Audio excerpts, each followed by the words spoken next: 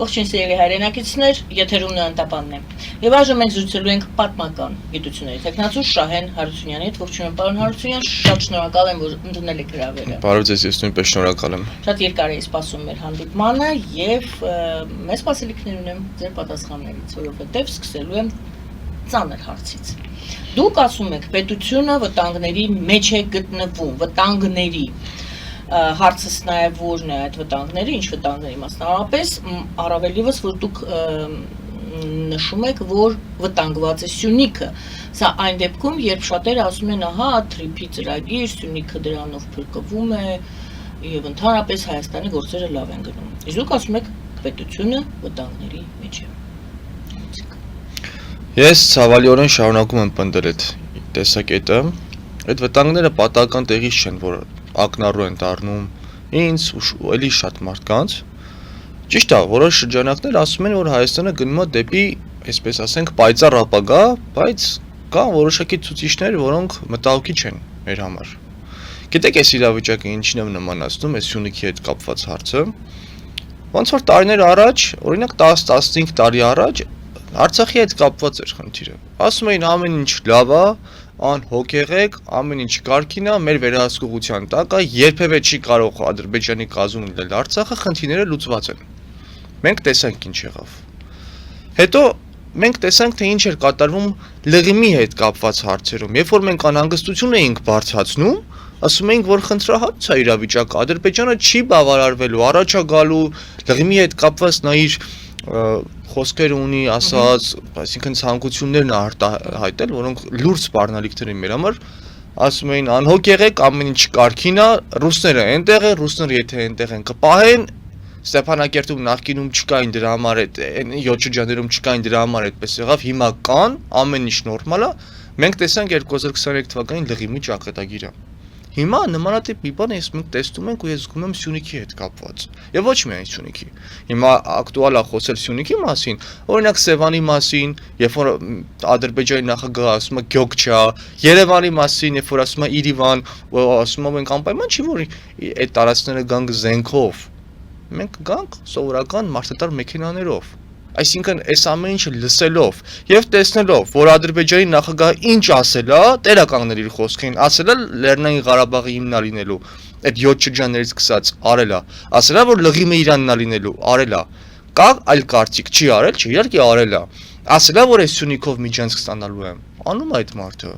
Այսինքն ես ինձ դնեմ հիմարի տեղ Համարեն, որ այսօրվա դրությամբ մեր կենցաղային խնդիրները երկրում լուծված է, փող կա, շինարարությունը լավ է, թանկարժեք մեքենաներ, շատ լավ ապրոս, իմ հայրենիքին ուրանամ, տարածքներին ուրանամ, համարեն, որ Ձեզ կասեն դուք վախեցած եք ու այդ վախը տարածում եք եւ հիմա շատ մոդայի կա վախեցնել դրանով շատ դիտումներ են մարդիկ շահում եթե այդպիսի ելույթներով հանդես են գալի եկեք փաստերով այո ճիշտ եք ասում մենք Արցախի հարցում անգամ ասում են հարցը ռազմական լուծում չունի մենք տեսանք ռազմական լուծում ունի Ռուսաստանը թույլ չի տա պատերազմ լինի, պատերազմ եղավ, Ռուսաստանը կպաշտպանի, այո, որտեղ էր սխալը, եկեք մի հատ հետ գնանք, ես չեմ ասում անհանգստություն չպետք է լինի, ոչ, ես չեմ հանդիմանում ձեզ ինքս, ոչ մի դեպքում, հակառակը ձեր տեսակետը պարզաբանելու կարիք ունեմ ես մեզ լսողների համար, որ այդ տեսակետը դուք կարողանաք ձեր պաշտպանել եւ պարզաբանել Հույսներս ինչի վրա ենք դրել այն ժամանակ, ինչի վրա ենք դնում հիմա, որտեղ ենք սխալվել, որ այդպես է եղել, որտեղ ենք ըստ ձեզ այսօր սխալվում, եկեք այսպես հարցը դնեմ։ Լավ, բայց նախ ասեմ, որ ես վախի մեջ չեմ, ես վախ չեմ տարածում, ընդհակառակը այդ վախկոտներին եմ խոսք ուղում եւ ոչ միայն ես շատերս, որ հերիքա վախի մեջ ապրեք, տրվեք կենցաղին Հետո հասկանում ենք, որ այդ որ ասում եք, էլի այդ ինչից է գալիս, այդ մեր 1000 տարվա պատմությունից է գալիս։ 1000 տարի նույն ձև է ժողովուրդը ապրել է այս տարածաշրջանում, օր տարի տիրապետության տակ։ Մոնղոլի, պարսիկի, թուրք, թաթար, ռուս, բոլշևիկ, ցար, բոլորի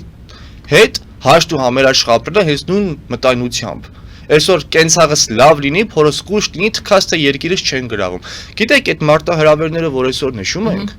այդ պատմական խորը անցյալ ունի։ Այդ նույն ցեղասպանության ժամանակ էլի մեր նման ինչ-որ մտահոգ շրջանակներ խոսում էին, ասում էին թե մի արեք, այդքան մի սերտացեք թուրքերը, խնդիր է գալու մեր գլխին, դա ճակատագրական կլինի այդ ամեն ինչը, չէին լսում, այս նույն բաներն էին մեզ ասում։ Ասում են չէ, ամեն ինչ լավ է, թուրքերը փոխվել են, էլ նախկին թուրքերը չեն։ Նոր կառավարություն է եկել, երեք թուրքերն են, օսմանյան բաները չեն, դաժան բռնակալները չեն։ Մենք տեսանք ինչ ստացանք, լավ, այս ժողովուրդը մենք մեզ ինչ-որ պատմությունից դասեր քաղելու ենք։ Հիմա այդ դասերի մասին եմ ուզում։ Չենք քաղում երբեք դասերից։ Եկեք տեսնենք որտեղ է սխալը։ 5 տարի առաջվա, 3 տարի առաջվա տեղի ունեցածից դաս չենք քաղում, ելուր մնաց 120 տարի կամ 500 տարի առաջվանից դասեր քաղենք։ Սա գալիս է նրա մասին պատմելու կամ վկայելու, որ մենք ունակ չենք պետություն երևի ունենալու։ Հիմա կասեն վատատեսությունն է, ինչ փաստն է այս ամեն ինչը։ Մենք տեսնում ենք շուրջ բոլոր աշխարհում ինչա կատարվում։ Չենք տեսնում։ Ինչի վրա ենք այսօր մեր հույսը, ինչի հետ ենք կապում մեր հույսը։ Միշտապես հայ ժողովուրդը հույսը կապել է Աստծո հետ։ Աստվածը այսպես կլինի, Աստվածը այնպես կլինի, Աստված ինչ պետք է տվել է։ Մնացածը մերն է, մեր անելիքն է, մեր անելունն է։ Ձերքու ոդկա տվել, ուղեղա տվել, միտք, ամեն ինչ տվել է մեզ։ Ինչն ենք սխալանում, ինչն ենք ճիշտ անում այսօր։ Ինչ սխալ ենք անում այսօր։ Գուցե ինչ-որ բան ճիշտ ենք անում։ Եթե մենք այդպես որ սերունդներին դասիրակում էին տասնամյակներով, մենք փառավոր հերոսական ժողովուրդ ենք, ի՞նչ է մեր այս երկիրը, այս վիճակում։ Ինչի՞ է, ես հոգնել եմ այս զրույցներից արդեն։ Անկեղծ եմ ասում, կլինի տնտեսական, կլինի պրակտիկ, ես շատ եմ հոգնել, ես ուզում եմ այս երկիրը իր խնդիրները լուծի, ես ուզում եմ ազգային ժողովում տեսնեմ այնպիսի կազմ, որոնք խնդիրներ են լուծում, ես ուզում եմ կառավարությունում տեսնեմ մարդկանց, որոնք հարցերն են լուծում, այլ ոչ թե սրան կամ նրան բռնելու հրահանգ են տալիս, կամ սրա կամ նրա անձնական կյանքն են քննարկում, լուծեք մեր երկրի խնդիրները, եւ մենք պայքարում ենք հենց դրա համար, ոչ թե այս կամ այն ուժի դեմ, այլ հան Հայաստանի, այս գիտակցությունը պետք է մտնի այսօր մեր ուղեղում ու կամ մտածողության մեջ, որ չկա հենց էս սխալը։ Մենք պետությունը խառնում ենք թաղային բիսեդկայի հետ կամ տաղավարների հետ ենք խառնում եւ հետեւաբար նաեւ խառնում ենք զրույցների բովանդակությունները եւ այո եւ ունեմ մտահոգություններ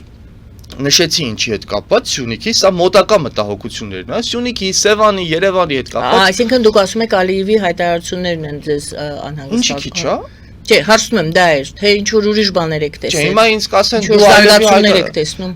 Մյուս կողմից էլ տեսնում ենք մեր իրականությունը ինչի մեջ է։ Մենք բթացած ապրում ենք։ Ես չեմ առաջնորդվում Ալիևի հայտարարություններով։ Բոլորն էլ բոլորի նկատմամբ ագրեսիոն հայտարարություններ անում են, եթե կարողանում են, եթե հնարավորություն են ստանում։ Ես անհանգստանում եմ, որ մենք այդ հնարավորությունը տալիս ենք Ալիևին։ Դա Ալիևի խոսքը չի, որ ես ուղղակի Ալիևի խոսքը ընդունում եմ գիտություն։ Մենք մեր առօրյայում ոնց վախեցնել։ Ինչ հնարավորություն մենք պատրաստ ենք այդ մարտահրավերներին, մենք պատրաստ ենք Սյունիք կամ Սևան պաշտպանելու։ Ես չեմ տեսնում, որ մենք պատրաստ ենք։ Այս բարալքված վիճակը, երբ որ մեր հասարակության մեջ կա, դա խոսում է նրա մասին, որ մենք չենք կարողանալու ընդդիմանալ։ Որովհետև գիտեք, մի բան է, ինչ որ մեկին բանկ նստածները եւ փողերը թալանելը ավելի կարեւոր է դարձել հայ ժողովրդի համար, քան սեփական տարածքային ամբողջականության պահպանումը։ Մարդիկ խոսում են տարածքային ամբողջականության պահպանման մասին, ասում են դուք պատերազմից սպառնալիք եք։ Ոնց։ Այսինքն մենք պատերազմ, մենք ուզում ենք մեր անկախ ինչքան որ ունենք, ավելի բան չենք ուզում, չենք ասում գնանք էս նվաճենք, այսքան հələ պահենք, էս տեսնենք ինչ ալնում, մենք մեր ունեցածը չենք կարողանում պահենք։ Ու գիտեք ոնց որ այս այն ժողովուրդը չլներ էլի, որ Արցախը երբ որ մեր դիրապետության տակ էր, ասում էր գնանք Վաննում ուշնու Սասունը գրավենք։ Ոնց որ այս այն ժողովուրդը չի, որ իր երկերում առ այսօր կնունկներին, հարսանիքներին ու ծնունդներին երգում են, չգիտեմ, Ստամբուլը արյան ծով դարձնելու մասին։ Ես զարմանում եմ, մեր առօրյայում ասում են պետք է թուրքերի հետ եղբայր լինեն, գնում են երկու բաժակ խմում են, բան են անում։ Իրանց մեջ չգիտեմ ինչ նորից Ստամբուլը արյան ծով են դարձնում ու Վաննում Մուշն ու Բիթլիսը գրավում են։ Էտա այս մեր իրական դեմն է, հիմա ինչ մտահոգություն չունենանք մեր պետության համար։ Ի վերջո պետությունը մարդու կողմից ձևավորված ամենաբարձր մարմինն է, պետական մարմինը, պետական կառավարման համակարգը, մարդն է ի վերջո որոշողը։ Եվ մենք այսօր մեր մարդուն տեսնում ենք։ Այո, այս մոտականներ եւ այո մտահոգություններ կա ապագայի հետ կապված։ Գուցե 30 կամ 50 տարի հետո մենք ունենանք Հայաստանի Հանրապետություն անունով այս պետությունը, բայց արդյոք բովանդակությամբ դա կլինի հայկական պետություն։ Հայերի պետությունը դա կլինի թե չի լինի։ Ինչա թուրքերն ասում են սա թուրքերի պետությունն է, մուսլիմներն ասում են սա Ֆրանսիայի, սա ֆրանսիացու եւ գերմանացու պետությունն է։ Մենք 50 տարի հետո հայի պետություն ունենալու ենք, թե չէ։ Մենք ունենալու ենք արտագաղթը մեծ քանակությամբ ու թող ոչ մեկ չասի, որ լավա կյանքը արտագաղթ չկա, մենք հիմար չենք, մենք տեսնում ենք այդ տենդենսները, մենք տեսնում ենք պատմական հիշողությունից հրաժարվող եւ կամ պատրաստ հրաժարվելու հայ ժողովուրդ, եւ մենք տեսնում ենք, որ մեծ քանակությամբ օտարերկրացիներ բնակվում են մեր երկրում։ Եվ մենք տեսնում ենք, որ Հայաստանում ծնելիություն չկա։ Ինձ ասեք 50 տարի հետո այստեղ ինչ պետություն է լինելու։ Կարող է լինելու Հայաստանի Հանրապետություն 1 միլիոն հայ բնակչությամբ եւ 1 միլիոն օտարերկրյա բնակչությամբ։ Եթե այդպիսի պետություն է, իմ համար սա մարտահրավեր է։ Եթե այդ մարդկանց համար մարտահրավեր չի, ուրեմն թող այդպես շարունակ ապրեն։ Պարոն Հոչյան, որտեղ է սխալը, ինչ որտեղ կա, չէ, արմատացած սխալ, որ դուք ասում եք, այսպես եղել է, այսպես շարունակում է, եւ եթե ցենց շարունակվի, դա աղետալի ավարտ է ունենում։ Որտեղ է հիմնական սխալը եւ որն է այսօրվա սխալը։ Այդ նույնն է, էլի ընդհանուր առմամբ։ Ասեք, ձևակերպեք։ Այսօրվա սխալը մի քիչ ուրիշ է, մինչեւ այժմ եղել է ուրիշ սխալ։ Մենք ունենք պատմական անցյալի փորձի ուսումնասիրում պետականորեն։ Կա նման բան։ Դուք եք պատմական գիտությունների տեխնացուներ, պատմաբաններ ինչ որ անելիք ունեն։ Հա, չէ, ես որ հիշատակում եմ ասում, օրինակ ցեղասպանության ժամանակ սենց ա եղել, արդյունքը սենց, դրանից առանց սենց։ Հիմա բա այլ մարդիկ ասելիք ունեն այդ պատմական փորձի ուսումնասիրման։ Մի հատ ուրիշ հարցադրում անեմ։ Այստեղ բաց է մնում այս հարցադրումը, որովհետև ես զարմանում եմ, երկիրը այս վիճակում ամեն օր կարող է ինչ-որ մի տարածքի հետ կապված հարց առաջանա հայկական չի, ու մեծ քանակությամբ կլինեն պատմաբաններ, կլինեն քաղաքական գործիչ, շատ-շատերը հիմնականում նաև գիտության մեջ մարդիկ, շատ քիչ քանակությամբ է, որ անդրադառնում են։ Բա մենք մշակութային էլիտա այսօր ունենք։ Սա շատ կարևոր է, ի վերջո ազգերի համար շատ կարևոր է մշակութային, առանց մշակութային էլիտա եւ մշակութային հենարանի ազգերը ապագա չունեն։ Մեր մշակութային էլիտան այսօր ովքեր են։ Ինչ են քարոզում ժողովրդին։ Հա, մի կողմից էլ գիտեք անդադ մեղադրում ենք ժողովրդին, բայց եկեք մի հատ այս կողմից գա, ինչա քարոզվում այս ժողովուրդը։ Ինչպիսի, չգիտեմ, առօրյական Նյութաստանում։ Դպրոցերին եկեք անդրադառնանք։ Մենք այսօր այդ դպրոցական դասագրքերում ինչ ունենք։ Ինչ են տալիս հայ մանուկին։ Հայ մանուկը այսօր մեծանում է TikTok-ների եւ նմանատիպ ցածրորակ նյութերի ազդեցության ներքո։ Հետո այդ մարդուց մենք ինչ պետք է պահանջենք։ Այդ մարդը թքած ունի պետության վրա էլ, ապագայի վրա էլ, ասում են կարևորը, ո՞նց էր էս օջախապետը ասում։ Ասում էր հայրենիքը իմ օջախն է, չգիտեմ ինչ եւ այլն։ Օջախ չի հայրենիքը։ Հայրենիքը դարձնել ինչ որ միտեղ, որը կացարանի եւ կամ չգիտեմ ինչի նման է։ Մարդիկ ասում են, դե եթե սա կացարան է, Ամերիկան ավելի լավ կացարան է, Ֆրանսիան եւ կամ Գերմանիան ավելի լավ կացարաններ են։ Չէ, կարող է մեր կացարանը ամենավատն է, բայց դա մերն է, սա մեր հայրենիքն է, սա մեր տունն է։ Այս գիտակցությունը մեր սերունդների մեջ ամրապնդում ենք, ասում եք սխալը որն է։ Հա ասում եմ, այդ գիտակցությունը չենք ամրապնդում։ Մարդուն փողով ու լավ կեցությամբ չես կարող երկրում պահել, աշխարհում նման նախադեպ չկա։ Երբ որ դու պահես, միշտ էլ լավ կերակրող, ավելի լավ կերակրողներ գտնվելու են, միշտ էլ լավ փող տվողներ ավելի շատ լինելու են։ Եթե փողն է չափանիշը, ասում են, դե գնանք Ամերիկայում նպաստ ենք ստանում։ Մեքենան է չափանիշը, Ամերիկայում կամ այլ երկրներում ավելի լավ մեքենաներ են քշում։ Մենք մեր սերունդների մեջ ազգային դիմակից ներարկում ենք, թե չենք ներարկում։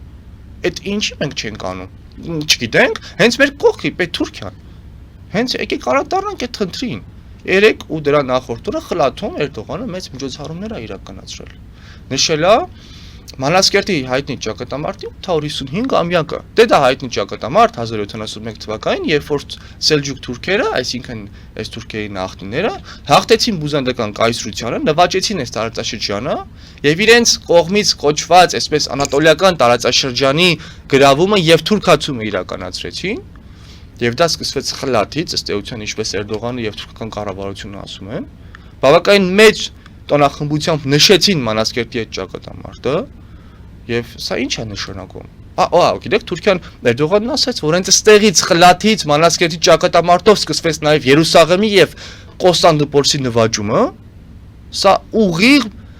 ազդակական մեսիջ է իր սեփական ժողովրդին, որ մի մոռացեք, թե դուք ինչ ժողովրդի ժառանգն եք։ Մի մոռացեք, որ դուք Մանասկերտում Բյուզանդիային հաղթած, այնուհետև Երուսաղեմն ու Կոստանդնուպոլիսը գրաված ժողովրդի հետնորդներն եք։ Մենք ինչ ենք անում։ Մենք ասում ենք մոռանանք հայոց ցեղասպանությունը։ Մենք էս անենք, մենք այն անենք։ Մյուս կողմից Էրդողանը ասում է ելույթ ունեցավ կառավարության, նիստ արեց խլաթում հայտարարեց, որ սա նոր հզոր եւ ուժեղ թուրքական պետության ցակման շրջանն է կամ չգիտեմ ցակման օրն է։ Այսինքն ինքը նաև պատմական է ժառանգությունը բերում է մեր օրեր ու լեգիտիմ հիմքեր է պատրաստում իր ապագա թուրքական պետության լայնման համար ասենք, ուժեղացման համար ասենք։ Իսկ մենք ինչ ենք անում։ Թե թուրքերին կարելի է, մեզ չի կարելի։ Թե մենք ասում ենք նույն թուրք վայրենին է, ամբողջ օրը թուրք վայրենի ենք ասում, բայց թուրքը չի փոխվել ասում ենք, բանա կամ չգիտեմ ինչ է։ Այս մարդիկ պետություն են սարքում, որը չեք կարողանում ինքնուրույն նրանցից նայեք օրինակ վերցրեք, մենակ թողնենք բոլորին անուն կպցնենք։ Այդ ման ասում են, որ ինչ վերաբերում է մեր հողին, մեր հայրենիքին, մեր պետությանը մենք անզիջում պետք է լինենք։ Ինչի իրանք անզիջում են, մենք զիջող ենք։ Դրա համար իրանք 90 միլիոն մենք էսենց վիճակում ենք։ Դրա համար իրանք նոր ու նոր հաջողություններ են գրավում, մենք կորցնում ենք մեր ունեցածը։ Դերելի ձեզ քննադատենք, ասեն դուք ասում եք օրինակ վերցնենք թուրքերից, գովաբանում եք Էրդողանին, գովաբանում եք թուրքերին եւ վատաբանում եք հայերիս։ Մենք իրականության մասին ենք խոսում, ի՞նչ է նշանակում գովաբանել կամ վատաբանել։ Մենք ասում ենք, կամ հիմա ես ասում եմ, որ այդ մարդիկ քայլեր են իրականացնում իրանց իր ժողովրդին, իր ազգին, թուրք ժողովրդին կապելու իր պատմական անցյալի հետ։ Մեծ հաշվով 1071 թվականի սելջուկ թուրքերը ու ներկայիս 2026-ին ապրող թուրքերը իրանք այդպես շատ ուղիղ կապված չեն։ Այդտեղ կա պատմական հիշողության կապը եւ ոչ ենթագենային կապը։ Հիմա ես մի հարց եմ տալիս։ Մենք ինչի մենք մեր պետության մեջ, մեր տոնացույցում չունենք պայմանական վերցնենք Բագրատունյանի թագավորության հիմնադրման օրը։ Օրինակ երբևիցե երբ որ շան դաշինք կլինի իշխանության, մեր տոնացույցի մեջ կամրապնդվի բոլոր այն օրերը, որոնք մեր պետության համար կամ մեր ժողովրդի համար, այսպես ասենք, ժողովրդի համար կարևոր եւ նշանակալից է եղել։ Արտաշեսյանների դինաստիայի հիմնադրման օր, Վանի թագավորության հիմնադրման օր, Բագրատունիների հիմնադրման օր։ Բա այդ դրանով էս որ քո ժողովրդին կապում ես պատմական անցյալի հետ ու նման նշանավոր օրեր, որ այդ օրը պետք է տոն եւ ցնծություն լինի, որ այսօրվա 21-րդ դարում ապրող հայ մարդն ասի մի րոպե, այնտեղ 9-րդ դարում, 10-րդ դարում իմ նախնիները կամ 20 դար առաջ իմ նախնիները սենց բան են արել, ես սենց ժողովրդի սենց ազգի ժառանգն եմ, այսօր ինձ մի քիչ արժանի պահեմ այդ մարդկանց, արածին ու դրածին։ Ոչ մեկ չի ասում հիմա 21-րդ դարում գնանք այլ պետություններ նվաճենք։ Բայց այսօր մեր հայ ժողովրդին, մեր մանուկներին, մեր սերունդների մեջ պետք է այդ ներարկենք, որ դուք այդ մարդկանց, այդ սերունդների ժառանգն եք, չեք կարող նվաճել, գոնե եղածը պահեք։ Եվ դա գործնական քայլ է, դա արդյունք կբերի 20 տարի հետո։ Տեսեք, շատ-շատերը հիմա խոսում են եւ իրենց կազմակերպությունների կամ քաղաքական ուժի անունը դնում են ազգային, չգիտեմ ինչ չեմ ուզում շարունակեմ։ Այդ մինչ հաղորդման մտնելը մենք մի թեթև այդ ազգային եւ ազգայնականի հարցն էին քննարկում։ Ասեցինք, որ շատերը չեն հասկանում ինչ է պարունակում ազգային բառը իր մեջ իմաստը որն է եւ ազգայնական այդ ազգային որ անվանում են նշանակում է արդյոք որ գիտակցումը կա որն է ազգայինը եւ արդյոք տեսնում եք լուծումը այդ որ դուք ասում եք մանուկ սերունդից մանուկ տարիքից չեն սովորեցնում ազգի շահը պետության շահը մենք լավ չենք գիտակցում ինչ բան է ազգային օգտագործում ենք այդ բառը սիրում ենք անուն անվանել ազգային բայց ազգայինը չգիտենք ինչ բան է միանշանակ չգիտենք ու ինչպես մնացած բոլոր բաները մենք սիրում ենք ուղղակի վերցնել գովալ գովերքել եւ մի կողմ դնել մի բանի մասը եմ ուզում ասել որ քաղաքականությունը պետությունը պետական կառավարումը դա հեշտ բան չի դա պահանջում է երկարատև կրթություն իմացություն շատ բաներ Եվ կան հարցեր, խնդիրներ, որոնք ոնց որ այբուբենային նշանակություն ունեն։ Այսօր մարդիկ զբաղվում են քաղաքականությամբ, հավակնում են երկիրը փրկելուն կամ երկիրը կառուցելուն, տարական այբուբենային նշանակության բաներ չգիտեն։ Այսինքն գաղափարախոսությունների տարբերություններ չգիտեն։ Տեսեք դուք ազգային եւ ազգայնականի մասն եք, չի ասում։ Ավելի աբսուրդ օրինակներ կան։ Նախ ազգայինի մասով։ Հիմա տեսեք, օրինակ որ Ռոբերտ Քոչարին հարցնես դու ազգային ես, կարող ես ես հակազգային եմ։ Չգիտեմ, բայց ինքը դիտարկում էր միութենական պետության կազմում լինելը Ռուսաստանի հետ։ Ասում էր ըստ շահերի էլի դրանք ըստ հնարավորություն։ Օրինակ որ Նիկոլ Փաշյանին հարցնես դու ազգային ես, կարող ես ես հակազգային եմ։ Բայց տեսնում ենք, չէ՞ ինչ է անում։ Չէ։ Սա հստակ այդ ազգային բառը վերցրան, ասենք ազգայնական են ասում, դա տենց չի։ Օրինակ ազգայնականը ոնց որ իրենք են, չէ, իրենց համարում ազգային։ Բնականաբար մենք էլ չեմ, ես պետք է ազգային համարենք, հակազգային։ Բայց օրինակ թե միութենական պետության կազմում ենք բացառում, եւ թե այն ինչ որ ասենք Նիկոլ Փաշինյանը ասում, դա ենք բացառում։ Հիմա եկեք այստեղ խնդիրը առաջանում։ Ազգայինը այդ ինչ որ մեզ ներկայացնում է, չէ, ազգայինը բոլորն են, ազգային շահից տրտված։ Ազգային շահից տրտված տանում են միութենական պետության մեջ են մտցնում, հողերն են հանձնում, տարածքները տալիս են, չգիտեմ ինչ են անում։ Այսինքն ուզում եմ ասել, որ այդ ազգայինը ազգայնականը չի։ Մի հատ ավելի աբսուրդ օրինակ վերցնենք։ Գյումրիում տեսել եմ մարդ, որ կոմունիստական կուսակցություն առաջադրվել է, համայնքապետի, քաղաքապետի պաշտոնին հաղթել է, խոսքը այդ Վարդան Ղուկասյանի ասում է, ես ազգայնական գործիչ եմ, այդպես չի լինում։ Չես կարող առաջադրվել կոմունիստական կուսակցություն, բայց եւ լինել ազգայնական գործիչ։ Հիմա այդ մարդու ընկալումն է այդպես, բայց ուզում եմ ասել, որ այբուբենային նշանակությամբ հարցեր կան, որ եթե զբաղվում եք քաղաքականությամբ, գոնե մի հատ ուսումնասիրեք, նոր մտեք քաղաքական դաշտ։ Ու այս ժողովրդին հերիք է, ժողովուրդը մեղ կա մոլորեցնեք։ Փրկիչներ եք առաջանում, հա հարց չկա, կարա փրկեք, դա ձեր գործն է, բայց այդ տարական բաները գոնե իմացեք եւ տարբերակ եք, էլի նոր խափեք մոլոր։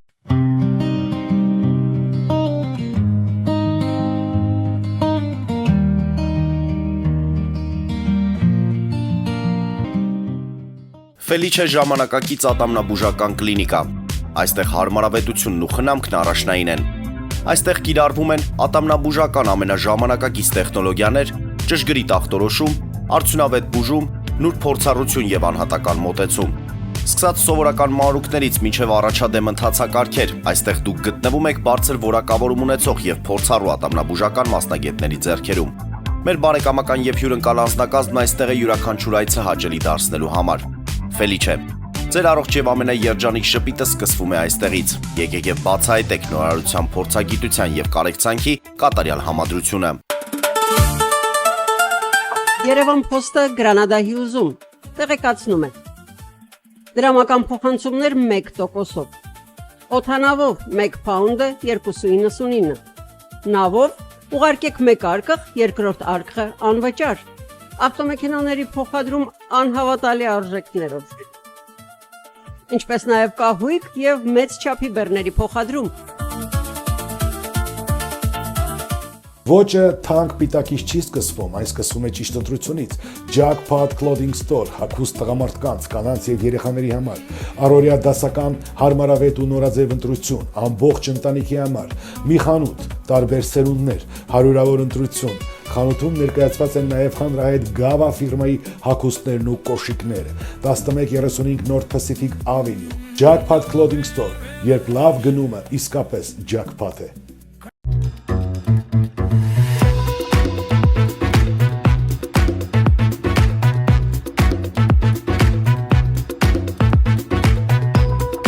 Արարատ ռեստորան, ընտանեկան եւ ընկերական ժամանցի լավագույն հասցե, սիրված արտիստներ, հյուրընկալ մթնոլորտ, հարուստ ճաշացան, անմահական խորտիկներ։ Արարատ ռեստորան, հասցեն անփոփոխ, սիրով սպասում ենք ձեզ։ Լավագույն պաղպաղակ, բնական, համեղ եւ մատչելի գներով պաղպաղակը կարող եք ձեռք բերել բոլոր հայկական խանութներում։ Պահանջեք հայկական պաղպաղակ, Թամարա պաղպաղակ։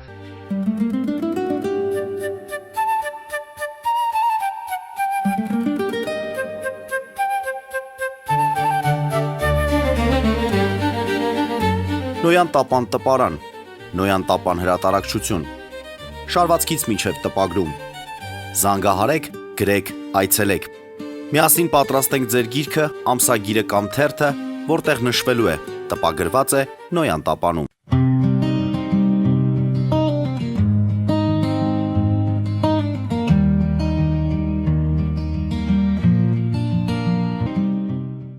Հիմա դուք տարբերակեք։ Ես ձեզ եմ ուզում խնդրեմ, որ դուք ասեք։ Դե նոր ասեցի, չէ, նոր տարբերակեցի։ Կան գաղափարախոսություններ, ազգայնական, լիբերալ դեմոկրատական, պահպանողական, հանրապետ,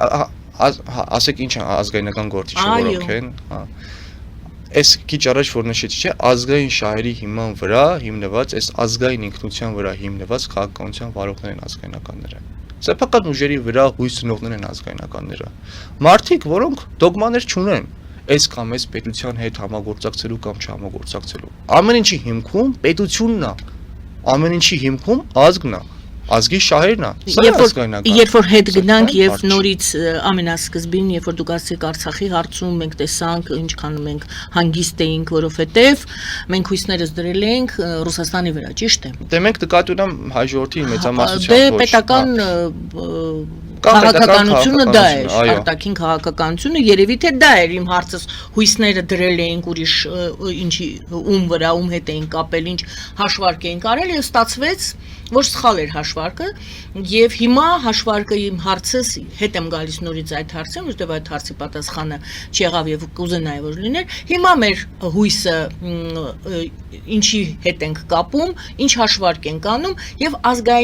այդ ազգայնական ձևակերպումը ինչպես է այսօր երևում կամ հակառակը երևում է որ այն չկա։ Մենք խնդիր չենք տեսնում որ միատել հույսներս ինչ-որ բանի հետ կապենք։ Ցավալի ռազմավարական գործընկերությունը եւ հույսը դնել ուրիշի վրա, եկեք դա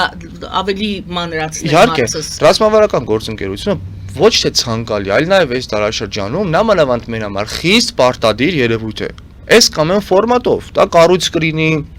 անհատական պետությունների հետ համագործակցություններ կլինեն, սա պետության հնարավորությունների մեջ է։ Անքննարկելի է սա, բայց այդքանով հանդերձ նախ եւ առաջ դու պետք է ուժը քո վրա դնես։ Հույսը դնես քո ուժերի վրա ներողություն։ Հետո նոր քննարկես քո ռազմավարական համագործակցությունները։ Մենք սովոր չենք դրան։ Մենք սովորենք, որ մեզ պետք են ճակերտներով ասված այդ ժողովրդական պապաներ, փրկիչներ, որոնք պետք է գան մեր տեղը կռվեն, որոնք պետք է գան մեր տեղը էս անեն։ Գիտեք այդ մտայնությունը Երբ որ ասում ես օրինակ ռուսները քաշում են անընդհատ, ռուսները երբեք մեզ դաշնակից չեն, պետքա փոխել բլոկը, ասում են ամերիկացիք ու անգլիացիք պետք է գան քո համար կռվեն։ Չէ, այսինքն ի սկզբանե ես հույս չունեի, որ ռուսը պետք է իմ համար գա կռվի։ Հետևաբար նաև ես հույս չեմ տածում, որ Անգլիան, Ամերիկան կամ Ֆրանսիան պետք է գան իմ համար կռվեն, իմ երկրի համար կռվեն։ Ստեղ լոգիկայի խնդիր կա առաջացած։ Այդ մարդիկ Ռուսի հետ դաշնակցում են ոչ թե դաշնակցային հարաբերություն ունենալու համար, այլ այն հույսով, որ ռուսը գալու է կռվի իրանց համար։ Ու պետության արտաքին քաղաքականության եւ ռազմավարական այլընտրանքները այդ մասշտաբում են դիտում։ Ով կարա գա կռվի, ով չի կարա գա կռվի։ Բայց կյանքը ցույց է տալիս։ Ոչ թե շահերի համընկնում։ Իհարկե, իսկ ով ասեց, որ դա կռվելու համար է, որ պետք է գան կռվեն։ Իհարկե ինչ որ միտեղ նաև հենց այդ հարցը կա, օրինակ մտնում ես դու ՆԱՏՕ-ի մեջ, այն հույսով, երբ որ քո վրա ագրեսիա կլինի, իրանք պետք է գան եւ իրենց պարտավորությունների համաձայն տեր կանգնեն իրենց բան, այսինքն իր դաշնակցին, այսինքն տեր կանգնել նկատի ունեմ օգտեն աջակցեն։ Նույնն է վերաբերվում է ՀԱՊԿ-ին։ Հիմա նայեք, մենք տեսնում ենք, որ ՀԱՊԿ-ը չկատարեց իր պարտավորությունները, ռուսները չկատարեցին, ոչ միայն չկատարեցին, այլ ուղղակի երևի թե թանկ գնով մեզ վաճառեցին հերթական անգամ Ադրբեջանին։ Հիմա նորից այս հարցերը մենք բարձրաձայնում ենք, ելի նույն պատմությունը Ամերիկան, Ֆրանսիան, Անգլիան պետք է կան քո համար կռվեն, չէ։ Բայց եթե տենց եք դուք հարցը նայում, համենայն դեպս ռուսը չի կռվել։ Գոնե փորձեք տեսեք այդ ձեր իրան սրահապանության մասն եմ էլի ասում, գոնե գնացեք տեսեք ուրիշ կռվող կարող եք բերել, թե չէ։ Այստեղ տեսել եք որ չկա։ Տեսեք ուրիշ կռվող կարող եք բերել, թե չէ։ Գոնե իրան սրահապանությամբ եմ ասում, իմ տրամաբանությամբ։ Ես ոչ ռուսին դիտել եմ կռվող, ոչ ամերիկացուն եմ ի սկզբանե դիտում կռվող։ Ես դիտում եմ երկուսի հետ իմ շահերին համահունչ ռազմավարական հարաբերություններ, ում հետ որ կստացվի։ Գիտեմ որ Ռուսաստանի հետ չի ստացվում։ Դա նշանակում է արդյոք որ իհարկե մենք ազգայնականի մասին էինք խոսում, որ դա նշանակում է արդյոք որ դու գոնե պետք է սահմանես կամ տաս ձևակերպումը քո պետական շահի ձևակերպումը տաս, որն է պետական շահը, որ հետո տեսնես այդ շահը համընկնում է, շահը հակասում է, թե դու ինչպես դուք նշեցիք, սպասում ենք թե սա կգա քո համար կկռվի թե նա։ Շահի համընկնման համար մենք պետք է իմանանք որն է մեր շահը։ Հայաստանի Հանրապետության քաղաքացի Շահեն Հարությունյան, դու գիտեք Հայաստանի Հանրապետության պետական շահը որն է։ Ոչ, որովհետև սահմանված չի։ Որովհետև գիտեք, այնպես չի ես Հայաստանի Հանրապետության քաղաքացի Շահեն Հարությունյան պետք է գամ ասեմ պետական շահ։ Ես իմ պատկերացումները ունեմ ինչա պետական շահը, բայց սա պետություն է։ Ստեղ համակարգ գոյություն ունի։ Անվտանգության խորհուրդը հենց այդ դրա համար է։ Այդ որ քարտուղար են նշանակում նոր, հետո նիստեր են անում, ժողովներ են անում, այդ ուղղակի Facebook-ում ռիլեր հրապարակելու համար չէ։ Իսկ որ իմանա քաղաքացին պետական շահը որն է։ Անպայման։ Ես եւ դուք պետք է մեկ ընդհանրություն ունենաք։ Այդ եղբայրություն ասվածը օդից չի առաջանում։ այդ եղբայրությունը հիմա այո ասում են, չէ, ազատություն, հավասարություն, եղբայրություն, այդ եղբայրությունը դա ազգի եղբայրության մասին այլ ոչ թե ինչ որ շահերի շուրջ, դա ազգի շահի շուրջ ձևավորված հարաբերություններն են երկու քաղաքացիների եւ հնացածի, որը դառնում ազգային եղբայրության մասին։ Հիմա մի բան եմ ասում։ Ես եւ դուք երբ որ զրուցում ենք, մեր առանցքում, մենք այս զրույցից դուրս մեր առանցքում ազգային պետական շահի ընկալում ենք ունենք թե չէ։ Չէ, մենք յուրաքանչյուրս ունենք մեր սեփական ուրույնը, որը ինչ որտեղ համընկնում է, ինչ որտեղ չի համընկնում։ Դրա համար ասում եք Քոչարյանը ասում է ազգայինը սա է, ես ազգային քաղաքական գործիչ եմ, բայց դիտարկում է միութենական պետությունը։ Եվ Փաշինյանը նույնպես դա այդ օրինակները դրա համար եմ հիշեցնում։ Սա այսինքն չկա իսկապես գիտակցում որն է պետական շահը, ազգային պետական շահը, եւ դրա համար յուրաքանչյուրը իր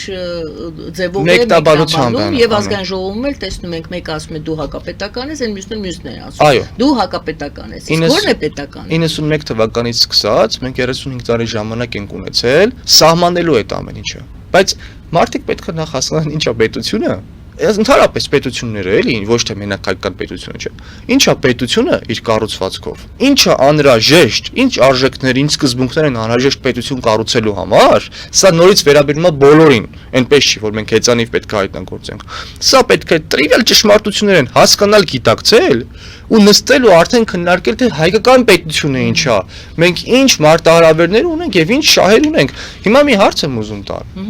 Հայոց ցեղասպանության ճանաչման ուղղված քայլերը մեր համար առաջնահերթություն են, թե առաջնահերթություն չեն։ Ասում մեր պետական առաջնահերթությունների մեջ չի մտնում։ Այսինքն մի իշխանություն գալիս է, նախորդ իշխանությունների դեմ այս բանով հանում է կամ չգիտեմ ուրիշ պետությունների պահանջով։ Հիմա մեկ ուրիշն էլ կարող ասի առաջնահերթությունը, այդպես չի էլի պետությունը։ Հիմա էլի օրինակ եք բերելու, մեր ժամանակը լրացավ, Էրդողանին օրինակն ենք բերելու եւ հիշեցնելու ենք, որ իրենց ծրագիրը 100-ամյա հեռանկարով նախատեսված։ Այսօր Զանգեզուրի միջանցք այդքան որ իրանք կոչում են եւ մենք հիմա ես որ ասում եմ խնդրահարույց բաներ կա, հիմա կապ չունի թե ինչ, իհարկե կապ ունի թե ում միջնորդությամբ, դա շատ անքննարկելի է որ կապ ունի իհարկե։ Հիմա ռուսներն են ձգտում, ամերիկացիներն են ձգտում, բայց մի բան ասեմ, այդ միջանցքը այնպես չի որ նոր ի հայտ եկավ։ Ասենք Քեմալի ժամանակ երբ որ կարդում ես Քեմալի գործունեությունը, մենք հասկանում ենք որ այն ժամանակվանից այդ միջանցքի խնդիրը օրակարգային է եղել։ Անցել է 110-120 տարի, այս խնդիրը լուծվում է։ 30 տարի առաջ լիներ պատերազմը, այս արդյունքը լիներ այդ ժամանակ, կասենք օրինակ Քեմալից 90 տարի անց այդ հարցը լուծվեց։ 100 տարի հետո լիներ այս ամեն ինչը։ Շահի ձևակերպումը եւ ընկալումը եւ դրա համար պետություն են, որովհետեւ ամեն հնարավոր պատը եւ անպատը առիթում ասում են դուք մի մոռացեք, որ դուք Բյուզանդիային հաղթած ժողովուրդն եք։ Իսկ մեզ ասում են, դուք մոռացեք, որ դուք ասենք ծովիստով կայսրություն եք ունեցել, դուք մոռացեք, որ դուք թագավորական ժողովուրդ եք եղել, դուք մոռացեք, որ դուք այսքան տարածք եք իշխել, տնօրինել եւ դուք սենց ժողովուրդ եք եղել։ Իսկ այնտեղ ամեն առիթին ասում են, դուք հիշեք, որ դուք Երուսաղեմ ու Կոստանդնուպոլից նվաճող ժողովուրդն եք։ Դուք դա հիշեք ու արժանի եղեք ձեր սերունդներին։ Ձեզ էլի կպատասխանեն հույժողություն, որպեսզի քեզ թույլ տաս դու ունենալ, դու պետք է ամուր հիմքերի վրա, ամուր պետություն ունենաս, բանակ ունենաս, զենք ու զրահ ունենաս։ Այդ դեպքում դու կարող ես քեզ թույլ տալ հիշողություն։ Ես այլ ասեմ որ ամփոփենք էլի։ Դա այդպես պատասխանում են, գիտեք, օրինակ որ պատմական հիշողություն չունենանք։ Մարդը ինչ որ ես չեմ ասում, ես դա տեսակետը բերում եմ, որը գիտեք այդ տեսակետը։ Չէ, ես հենց իրանց եմ, այդ մարդը, որ հիմա ասենք լսեն հիմա այդ հարցը իրանց հողված, էլի, որ ասում ես այդ հիշողությունը, չէ՞։ Օրինակ մարդ այդ պատմական հիշողությունը չունենա, ազգային հիշողությունը չունենա։ Իրեն ինչ բանակ ինչին է պետք։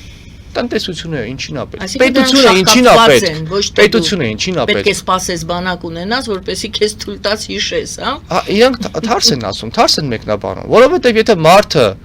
չի ուզում ունենա ազգային հիշողություն, իր համար նշանակում է հայ լինելը էհական չի։ Նա շատ հանգիստ կարա Ամերիկայում էլ ապրի, Ռուսաստանում էլ, Չինաստանում էլ, անգամ Մադագասկարում էլ, որովհետև ինքը այդ ազգային հիշողությունը չունի։ Դե որ դու ազգային հիշողություն չունես, գնա ուրիշ տեղ ապրի, թող այստեղ ապրել նրանք, ովքեր այդ ազգային հիշողությունը ուզում են ունենալ ու հանուն ինչ էլ ուզում են ունենալ բանակ։ Այս պահին ունենք թե չունենք։ Չէ, չունենք, ջնջում, այսինքն ունեինք փորձում են ջնջել, մեր պայքարն ու կռիվը դրա համար է։ Ես ունեմ ազգային հիշողություն։ Դեռ ունենք ազգային հիշողություն։ Ես ունեմ ազգային հիշողություն, դրա համար ուզում եմ ունենալ ամուր բանակ եւ ամուր պետություն, որպեսզի ոչ մեկին թույլ չտամ ջնջել իմ ազգային հիշողությունը։ դա է շարիչ ուժը։ Եթե ես չունենամ այդ ազգային հիշողությունը, ինչի՞ պետք է գնամ իմ կյանքը զոհեմ կամ ինչի՞ մեկ ուրիշը պետք է իր կյանքը զոհի։ Հա, այդ ազգային հիշողությունն է, որ դա ազգային արժանապատվություն է արտնասնում, եւ այդ ազգային արժանապատվությունը ասում է ոնց։ Ես ազատ պետք է ապրեմ։ Իմ ազգը պետք է ազատ ապրի իր անկախ երկրում եւ ոչ մեկ պետք է մեզ դրա իրավունքից չզրկի։ Դե ջնջեք ձեր հիշողություններն ու պատմությունները ու գնացեք ոնց որ 1000 տարի ապրել եք, տենց էլ ապրեք, տենց է ստացվում այդ մարդկանց տեսակետով։ Մենք ունենք պատմություն ըստ ձեզ մոռանում ենք այդ պատմությունը, փաստը ունենք, չենք օգտագործում այդ փաստը, իսկ հարևան պետությունը չունենալով այդ փաստը նոր պատմություն է գրում եւ Խոսք Ադրբեջանի մասին, այո, ինչ որ միտեղ, այո, դուք իրավացի եք, որովհետեւ բոլորն էլ հասկանում են, նա չունենալով հիշողություն պատմական փաստեր է ստեղծում, որպեսզի դա անվանի հիշողություն։ Այո, դա որովհետև բոլորն էլ հասկանում են, որ պետություն լինելու համար, իրավմամբ, իր անունին արժանի պետություն լինելու համար այդ պատմական հիշողությունը անքննարկելի բան է։ Ես շնորհակալ եմ այսօրվա զրույցի։ Ես նույնպես շնորհակալ եմ։